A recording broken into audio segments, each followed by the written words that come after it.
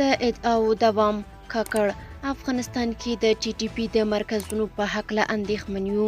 سلام ستړي مشئ، وخت مو په خیر. پام وکړئ د امپراتور ټي وي چینل څخه تازه او مهم خبر ته.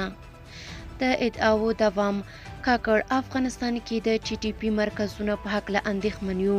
د پاکستان د لنډمهاله حکومت لومړي وزیر انورالحق کاکړ له ترکي رسنۍ سره په مرکه کې ادعا کړې چې په افغانستان کې د پاکستاني طالبانو د تحریک په څیر ډلې روزنیز مرکزونه لري. دغه چکپړی پاکستاني چارواکي زیاتوي چې په افغانستان کې د ترهګرو ډلو په اړه یې خپله اندېښنه د دغه هیواد له سرپرست حکومت سره شریکه کړې ده.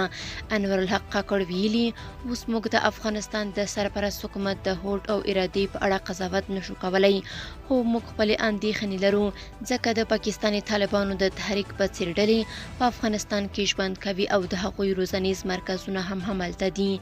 د پاکستان د لنډمهالي حکومت د لومړي وزیر په خبره د ننګونو سره سره اسلام آباد د افغانستان سرپرست حکومت سره د تعامل په حال کې دی.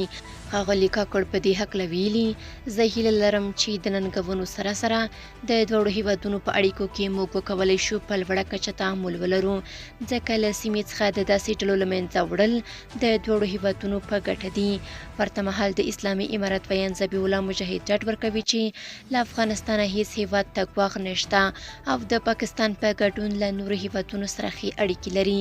ذبیح الله مجاهد لو نیوز ته وویل، افغانستان نه غواړي چې هیڅ هیواد په کورنیو چارو کې لاسوهنه وکړي، نه غواړي چې د افغانستان خبره د نورو هیوادونو پر ضد وکارول شي او موږ نه یوازې له پاکستان بلکې له ټولو هیوادونو سره نیکې اړیکې لرو.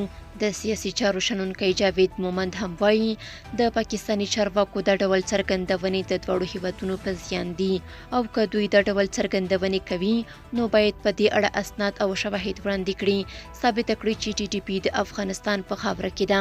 دا په داسې حال کې ده چې تېره اونۍ د افغانستان لپاره د پاکستان ځانګړی استازی د دواړو هیوادونو ترمنځ د شته ستونزو د حل په موخه د یوه لوړ پوړي پلاوي په مرشۍ کابل ته راغلی و او د اسلامي امارت له چارواکو سره خبرې اترې کړې وې.